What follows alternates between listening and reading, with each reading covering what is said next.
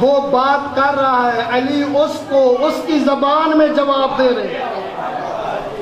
امام الانس والجان، جو جنات کی بولی کو بھی جانتا ہو، وہ ہوتا ہے امام۔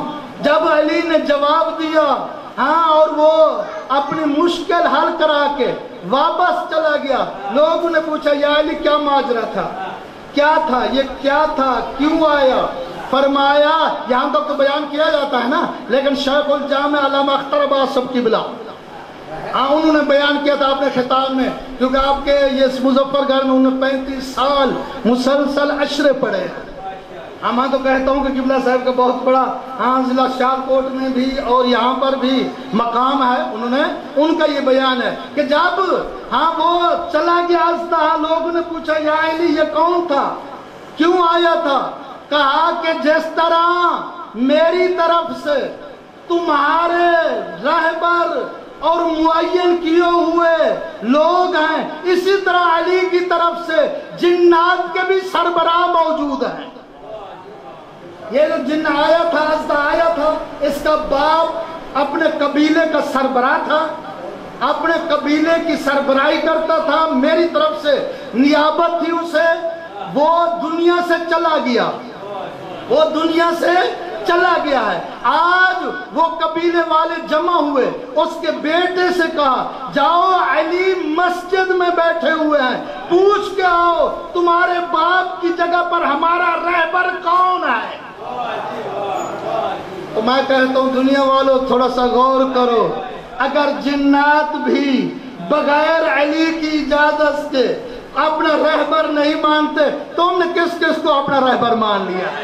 خداوند کریم ہمیں قرآن اور پاکوں کا فرمان پڑھنے، سمجھنے، عمل کرنے کی توفیق عطا فرمائے، اور یقیناً وقت کے تقاضے کے مطابق میں ذاکر صاحب سے کہوں گا کہ آئیں تشریف لیں اپنے